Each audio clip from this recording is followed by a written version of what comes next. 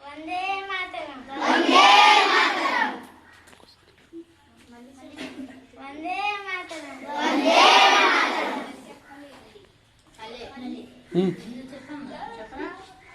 వందే మాతరం.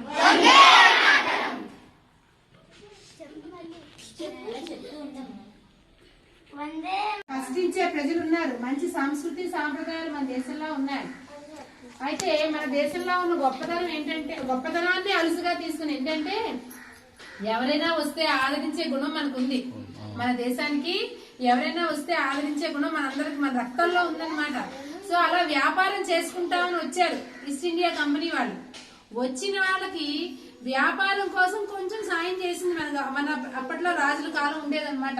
కొంచెం సాయం చేసే వాళ్ళు ఏం చేశారు, మెల్లమెల్లగా మన దేశాన్ని పూర్తిగా ఆక్రమించుకుని